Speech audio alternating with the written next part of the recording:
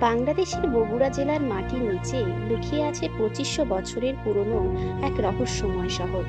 আপনি কি জানেন, একসময় এটি ছিল প্রাচীন বাংলার সমৃদ্ধতম রাজধানী।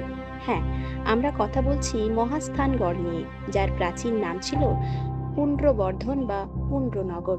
আজ যেখানে শুধু ধ্বংসাবশেষ দেখা যায়, খ্রিস্টপূর্ব 3য় শতকে সেখানে ছিল এক জাঁকজমকপূর্ণ দুর্গনগরী। সম্রাট অশোকের মৌর্য শাসন থেকে শুরু করে পাল ও সেন রাজবংশের পদচিহ্ন আজও লেগে আছে এই পুণ্যভূমিতে। করতোয়া নদীর তীরে অবস্থিত এই দুর্গনগরী কেন এবং কিভাবে মাটির নিচে চাপা পড়ল, তা আজও বড় রহস্য।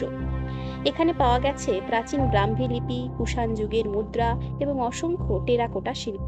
গবেষকেরা মনে করেন এই মাটির নিচেই লুকিয়ে আছে দক্ষিণ এশিয়ার প্রাচীনতম সভ্যতার আরও অনেক অজানা অধ্যায়। বেহুলার বাসর ঘর থেকে শুরু করে গোবিন্দ ভিটা, প্রতিটি ইটের ভাঁজে লুকিয়ে আছে হাজার বছরের পুরনো ইতিহাস।